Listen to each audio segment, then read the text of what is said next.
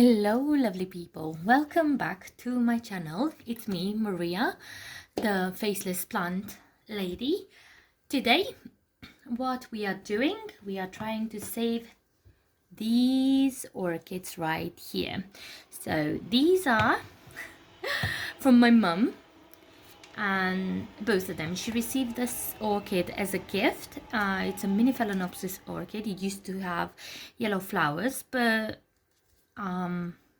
she suddenly noticed that the flowers dropped, and also like a couple of leaves over here dropped. And with this one, she tried to grow it like only in the water in a vase, as you can see, with no luck. So we are attempting to save this orchid, which I am quite hopeful about, to be honest. Now about this one, I'm a bit concerned just because of these leaf drops. I can see some roots, like green roots, in the medium, but I'm like, what's causing the leaf drop? So we'll see. But I'm expecting this pot to be very, very compacted Spagmoss, because this one used to come in, you know that big glass vase, and these are inserted inside and bark chips all around.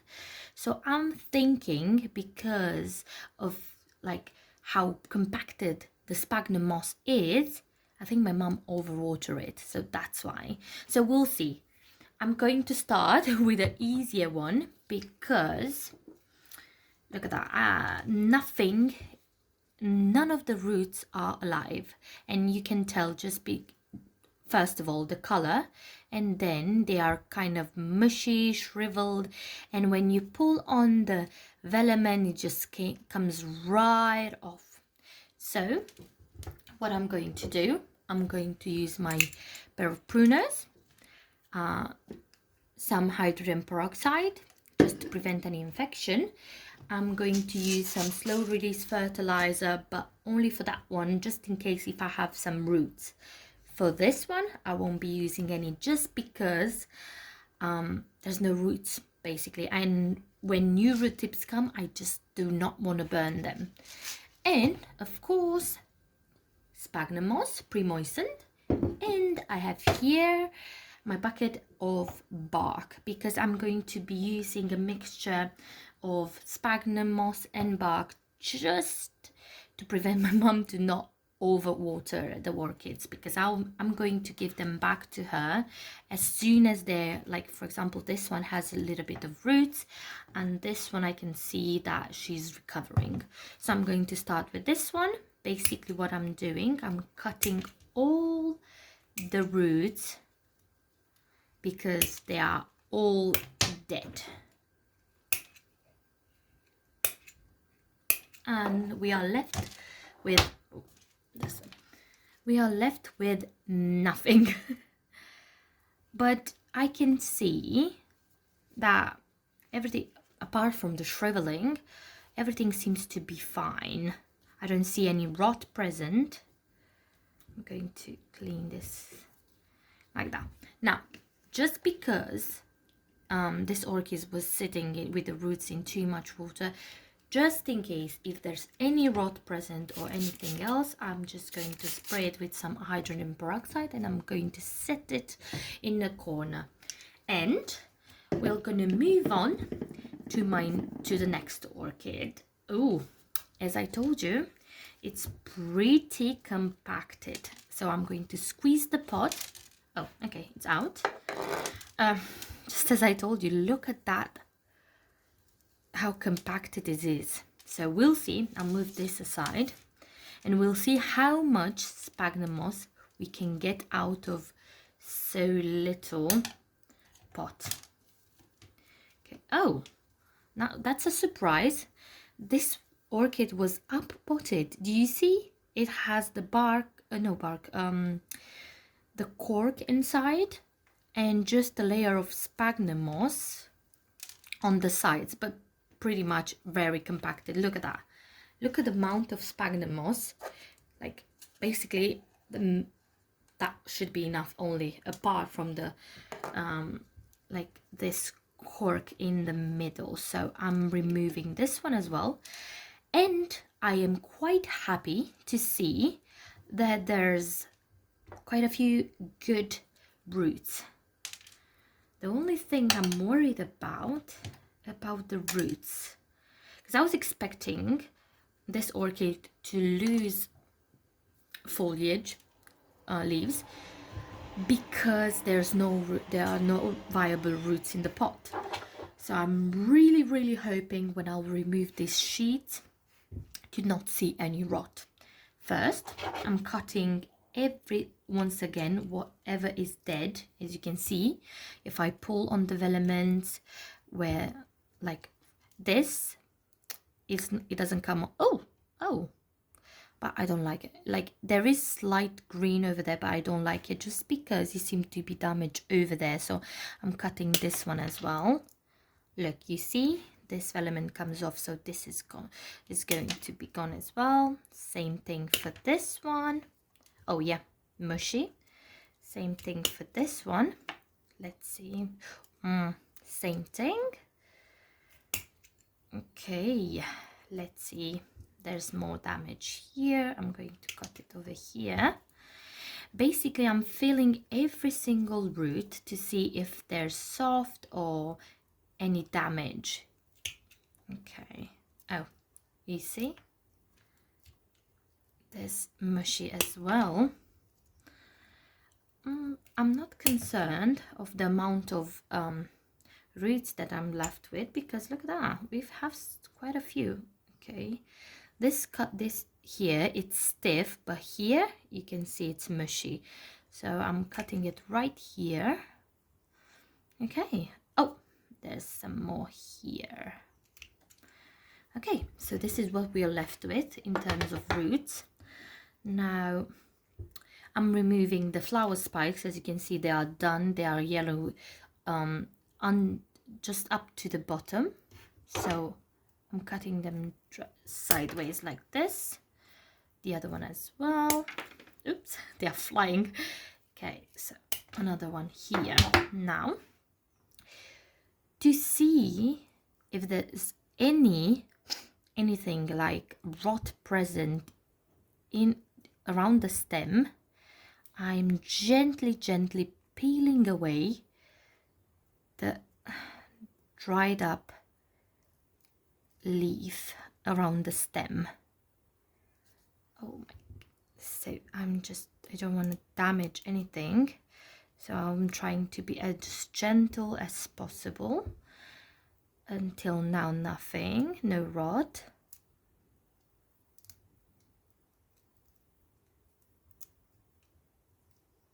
Okay, I'm removing this root as well.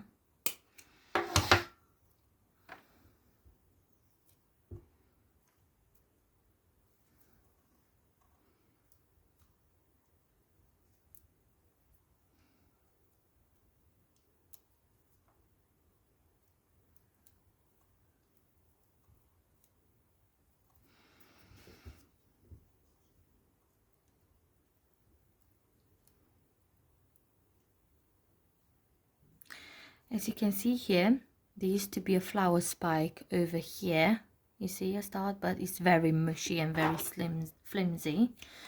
So I'm cutting here, but now that I'm worried about, because I am worried not to see any rot over here just because of that mushy flower spike. But that could be because it was like buried underneath of that wet bark. I don't see anything present, any rot and anything black. So let's move upwards to see if there's anything up there. Okay.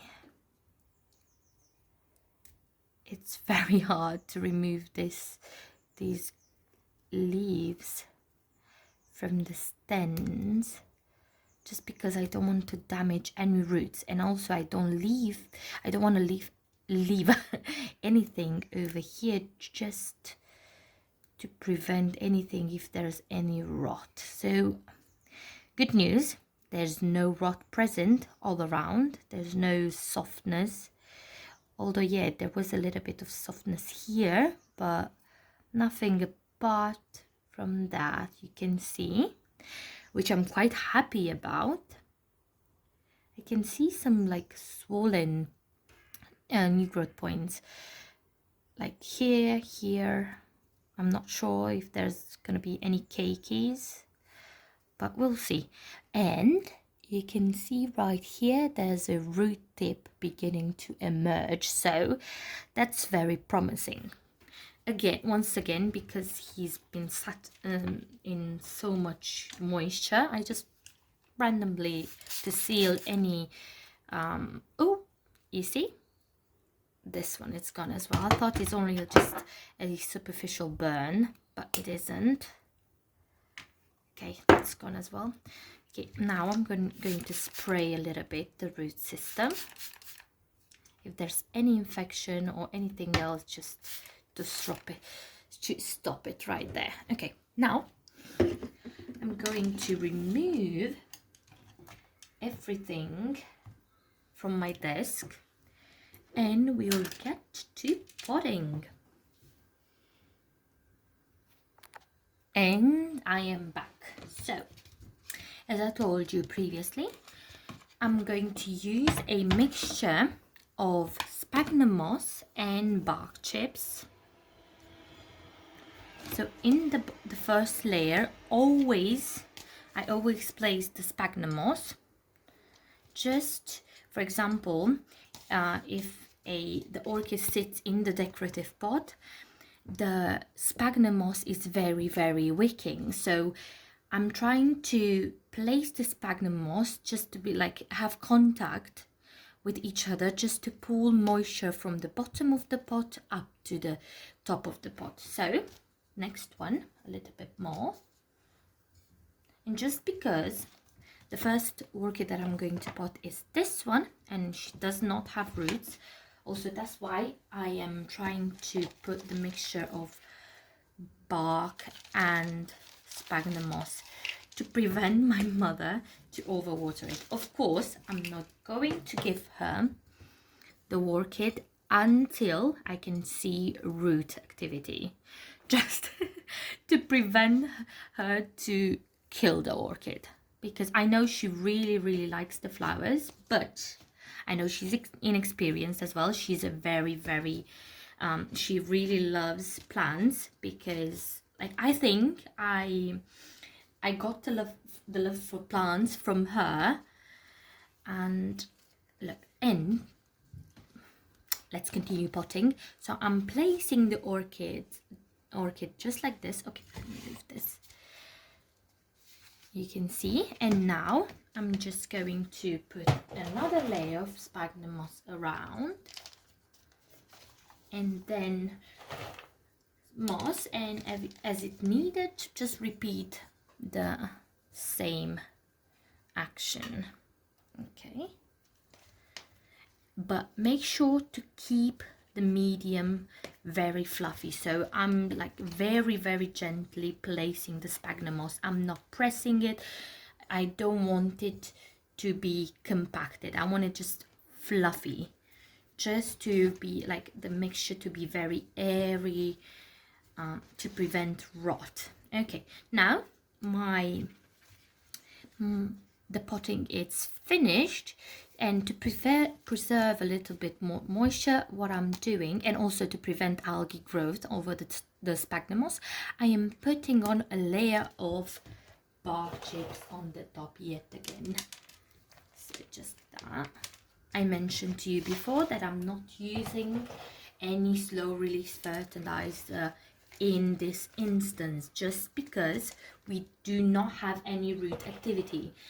And if I would place any slow release fertilizer at the moment, any root tip that comes out will, like for example, there will be some fertilizer build up in the soil, and it would end up being burned. So just to prevent that, at the moment, no fertilizer for her. Yeah, I'm going to place her in a decorative pot like this. Oops. And I have my water bottle over here with an electric pump, giving it a slight watering, just a little bit, and then we are done. I'm placing this one into this corner and starting food with the other one. Yet again, the same situation. I'm going to place sphagnum moss in the bottom of the pot. My sphagnum moss is just slightly damp, just for me to be easier to work with. Oops. Okay. Oh no, that should be enough. A little bit of bark chips. Okay, I have this green thing here and it's easy, and I'm using my hands continuously. Okay. Okay, I'm going to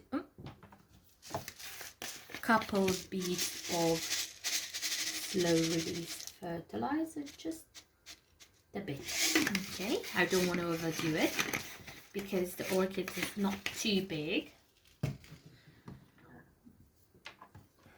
Okay, I'm going to place a little bit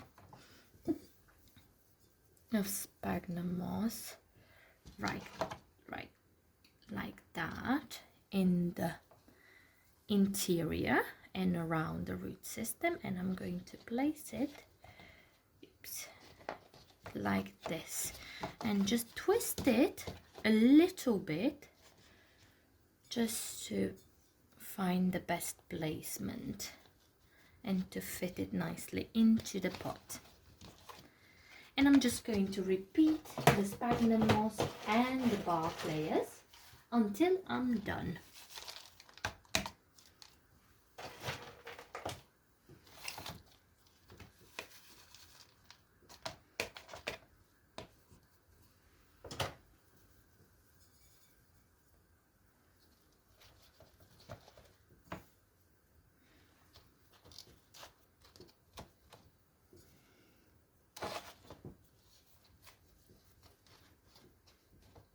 Okay, now I want to put the top layer, the finishing touches.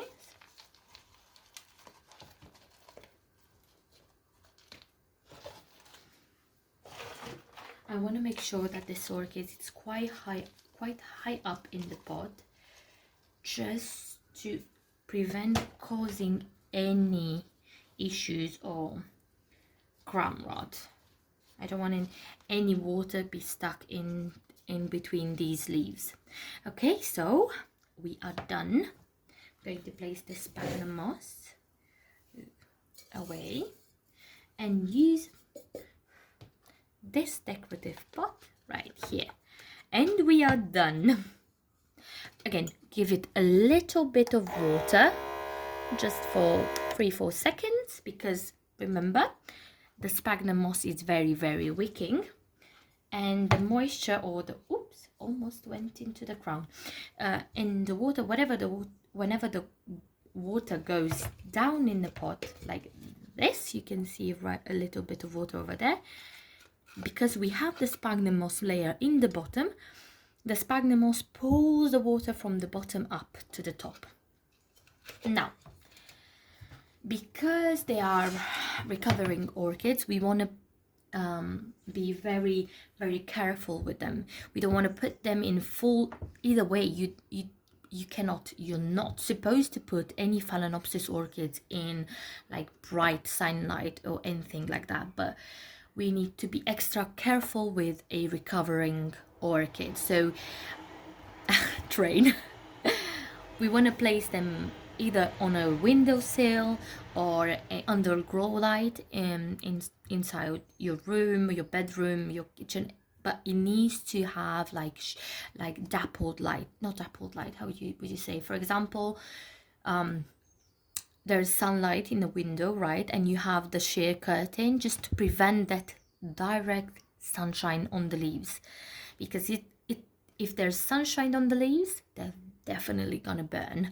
Now in my case, because I live in the UK and it's winter now, we don't really have sunshine, so I will be placing them in my bathroom, whereas like we have lots of humidity, on my windowsill. And also they have my bathroom windows have that film, like privacy film, so I'm going to place them over there because it receives quite a lot of light. And I'm just going to monitor them, and as soon as they have root action and I can see some new growth, like leaves or something, I'm going to give it back to mum. But I hope you enjoyed this video. It's been a long time since I filmed, but it was lovely. I'm trying to get into filming slowly, but I think I'm a bit lazy, to be honest, so I really need to push myself to film these videos, even if I like plants. But yeah, so I want to thank you so much for watching, and if you would like to subscribe, I will be more than happy to hear that you have interest in my channel and that you like my videos. So yeah, any questions, leave them in the comment section, and that's it for today. Bye for now. Bye bye.